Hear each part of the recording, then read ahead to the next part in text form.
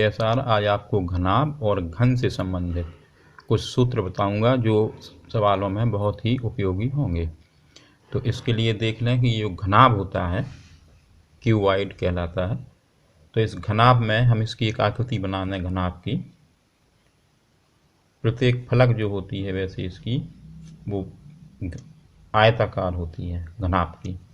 अगर इसकी प्रत्येक फलक वर्गाकार हो जाए तो फिर वो घन कहलाता है, क्यूब। उसको जैसे अपन कोई उदाहरण ले लें तो एक पासा होता है लूडो सांप सीढ़ी वगैरह खेलने का, तो वो घन के आकार का हो जाता है।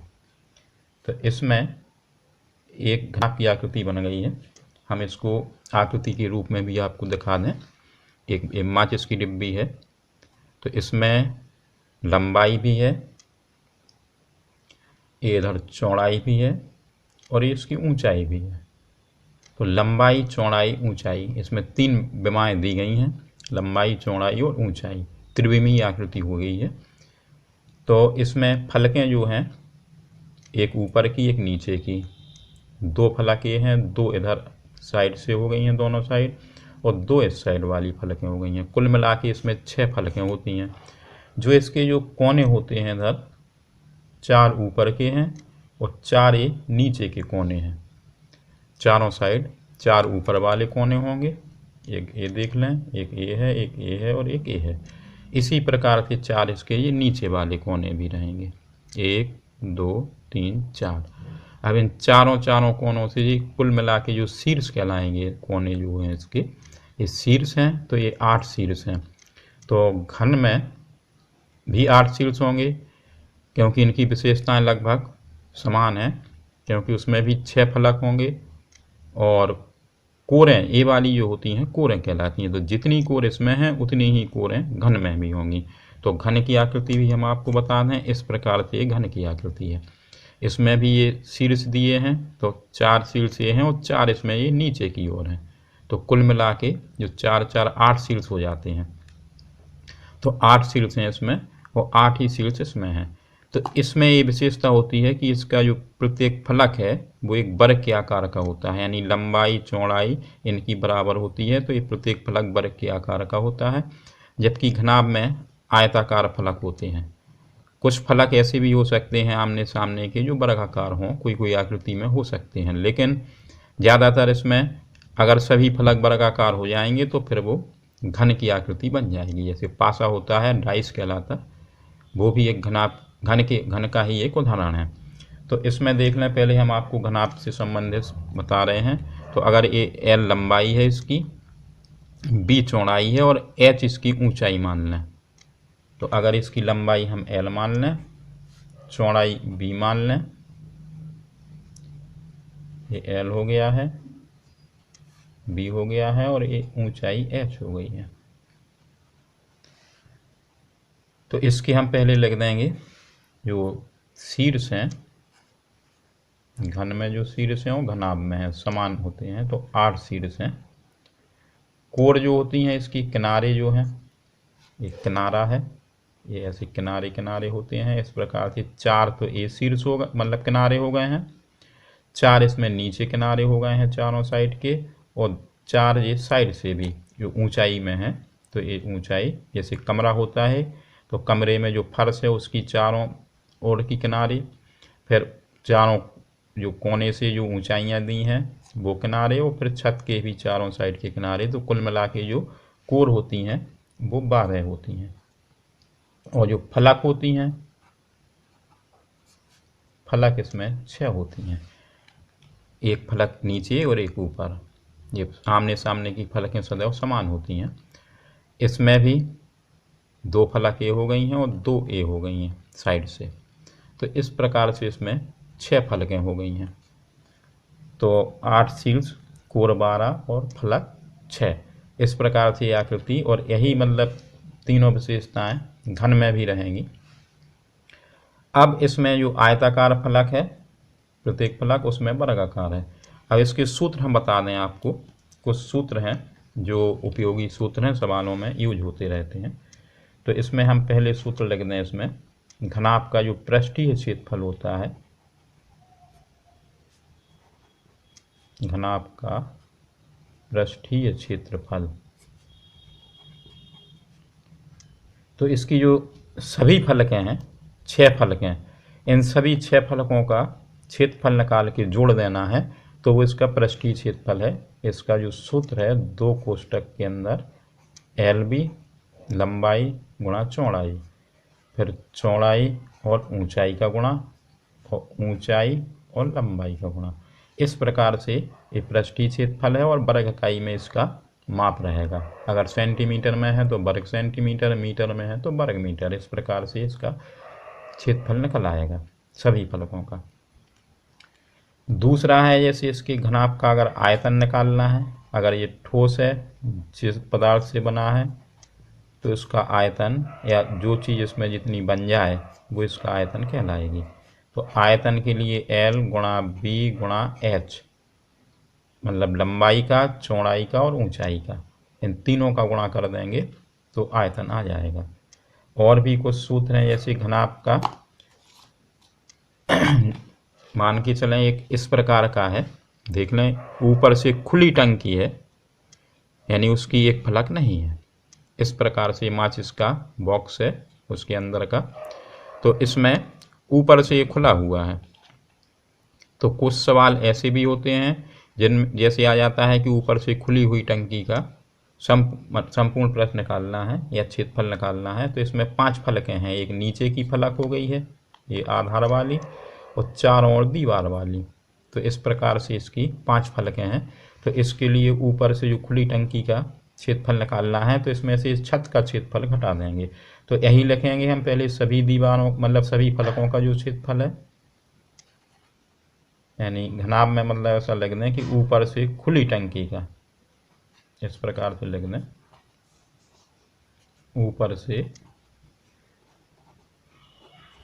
खुली टंकी का क्षेत्रफल जो होगा वो इसका जो संपूर्ण पृष्ठ है 2 कोष्ठक LB plus BH plus HL, और इसमें से छत वाला क्षेत्रफल घटा देंगे। मान लें कि L लंबाई इसकी और B इसकी चौड़ाई है, तो LB इसमें से घटा दें तो ये 5 फलकों का क्षेत्रफल निकल आएगा।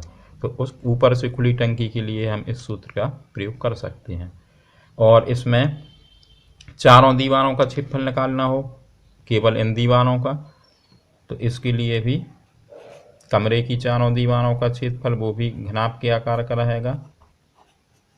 कोई सवाल में इस तरीके से लिखा आता है, अगर कमरे की चारों दीवारों का क्षेत्रफल, तो ये पार्श्व पृष्ठ भी कहलाता है। तो इसके लिए 2 कोष्ठक L प्लस B और गुणा ऊंचाई के लिए हम H लिख दें, यानी इसका सूत्र होता है 2 कोष्ठक लंबाई धन चौड़ाई गुणा ऊंचाई। या इसको हम बोल सकते हैं कि जो आधार की परिमिति है या फर्श की परिमिति है, आधार की परिमिति गुणा ऊंचाई, इस प्रकार से भी आधार की परिमिति गुणा ऊंचाई, तो कमरे की चारों दीवारों का क्षेत्रफल प्राप्त हो जाएगा। तो आधार का जो परिमाप होता है आयताकार है, तो 2 कोष्ठक लंबाई धन चौड़ाई हो गया है और गुणा ऊंचाई हो गया है। और सूत्र कुछ ऐसा भी है जैसे इसके विकर्ण की लंबाई निकालना हो, जैसे माचिस की डिब्बी है, इसमें बड़ी से बड़ी सुई रखना है, तो इस नीचे के कोने से इधर ऊपर के कोने तक हम रख सकते हैं इसमें बड़ी से बड़ी सुई रखने के लिए, तो ये विकर्ण कहलाता है। या जैसे कोई कमरा है उसमें बड़े से बड़ा बांस भी रखना है, तो उसमें भी एक ऊपर के कोने से नीचे के कोने तक रख सकते हैं, तो ये विकर्ण कहलाएगा। तो इसका भी लिख लें, घनाभ के विकर्ण की लंबाई,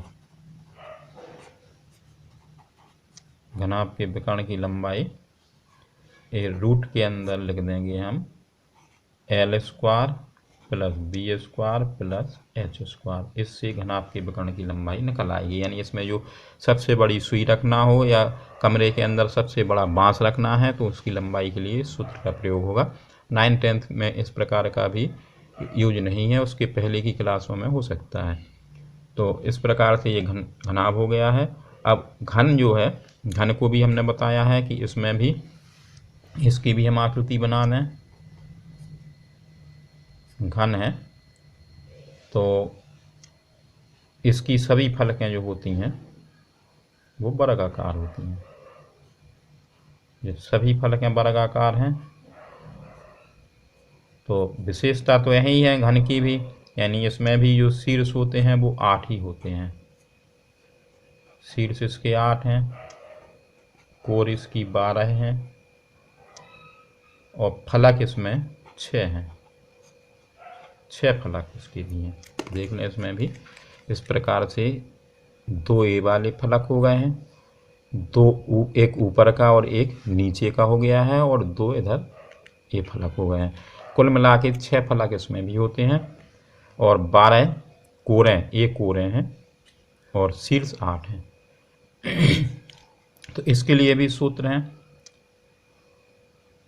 जैसे घन का संपूर्ण पृष्ठ होता है, यानी इसकी सभी, अगर इसकी भुजा मान लें कि एल है या ए है, एल या ए भी होती है, कहीं कहीं सूत्र में ए का भी यूज करते हैं, कहीं एल का भी।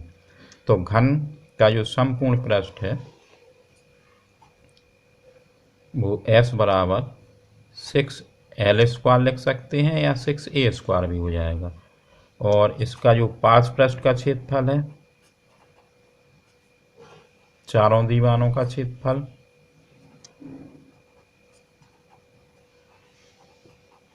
पार्श्व पृष्ठ का क्षेत्रफल, ये 4 जो साइड से चारों दीवारें हैं उसका 4L² हो जाएगा। देख लें इसमें, अगर इस दीवार का, इस दीवार का, इस दीवार का और इस दीवार का, इन चारों दीवारों का जो क्षेत्रफल निकालना है वो पार्श्व पृष्ठ का क्षेत्रफल कहलाता है। आधार और छत का क्षेत्रफल इसमें नहीं जोड़ना है। तो इसमें अगर ये एल है तो वर्ग है, तो वर्ग का जो क्षेत्रफल होता है भुजा का वर्ग होता है, तो एल ए है, एल ए है तो एल गुणा एल या L² हो जाएगा। इस प्रकार से L², फिर इसका भी L², इसका भी L² और इस चौथी फलक का भी L²। तो ये चारों का जो क्षेत्रफल होगा वो 4L² हो जाएगा। और घन के आयतन का जो सूत्र है, घन का आयतन वो भुजा पे 3 की घात होता है, या L पे 3 की घात या भुजा पे 3 की घात कर देंगे, भुजा के ऊपर 3 की घात, तो ये घन का आयतन हो जाएगा। और घन के विकर्ण की लंबाई, चूंकि यहाँ इस्तेमाल 9th-10th में नहीं है, घन के विकर्ण की लंबाई, तो ये वाला जो सूत्र है घन के विकर्ण की लंबाई का, वो इस वाले जो घनाभ का विकर्ण है उससे प्राप्त हो जाएगा। इसमें जो सभी कोर हैं वो सभी बराबर हैं, तो इधर पे L², इधर भी L², इधर भी L², तो इनका सबका जो टोटल आएगा वो 3L² आएगा। तो 3L² आएगा तो उसमें से L² का तो वर्गमूल L आ जाएगा और बाकी जो 3 बचा है उसको √3 कर देंगे। अगर L की जगह A होता है तो 6A², 4A² या A पे 3 की घात, यहाँ पे A√3। तो इस प्रकार से ये घन और घनाभ के सूत्र हो गए हैं।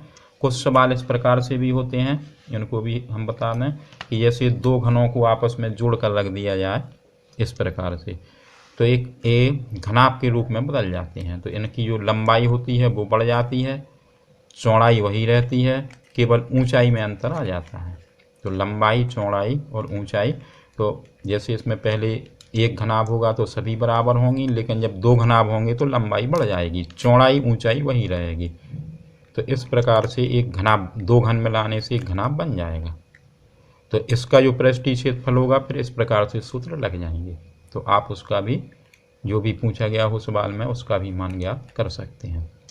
आपको हमारे लगाए हुए सवाल और ये सूत्र पसंद आ रहे हों तो आप हमारे YouTube चैनल को सब्सक्राइब कर सकते हैं और बेल आइकॉन को पुश करके ऑल पर सेट कर सकते हैं। और हम आपको समय समय पर और भी महत्वपूर्ण इसी प्रकार की जानकारी देते रहेंगे। आप हमारे चैनल से जुड़े रहिए। धन्यवाद।